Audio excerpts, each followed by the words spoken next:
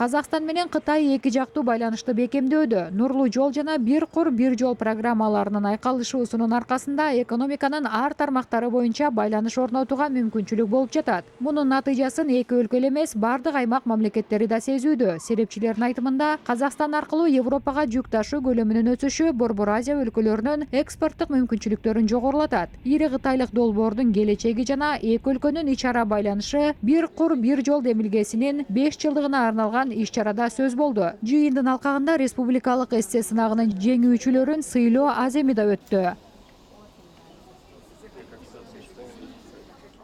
За последние 5 лет мы уже полностью реализовали примерно 11 проектов.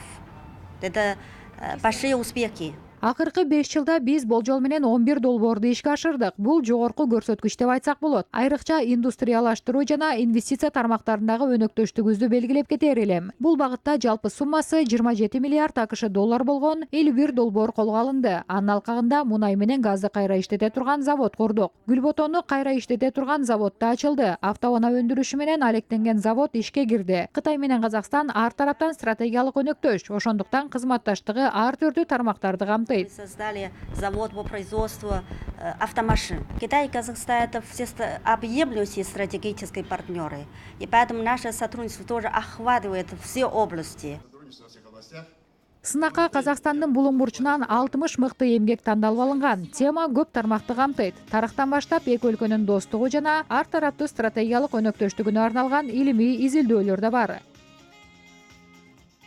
Данный конкурс полностью соответствует теме моей диссертационной работы «Один пояс, один путь». Я уже год занимаюсь.